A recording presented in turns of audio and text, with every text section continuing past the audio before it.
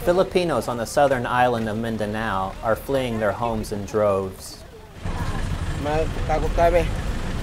Grabe na marami na ISIS doon. Galing kami Marawi City.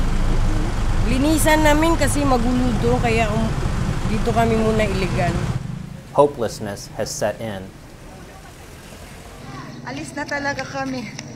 Maraming ISIS sa labas ng pintuan na ng bahay namin. Hindi na namin kaya. Tsaka kailangan masave itong mga bata. 100% patay na ang negosyo. Kita mo naman. Sino naman ang gagasolina? Wala. Mahirap na magbukas din. Baka mamaya iba ang maggagasolina. Imbis na magbabayad. Wala pa.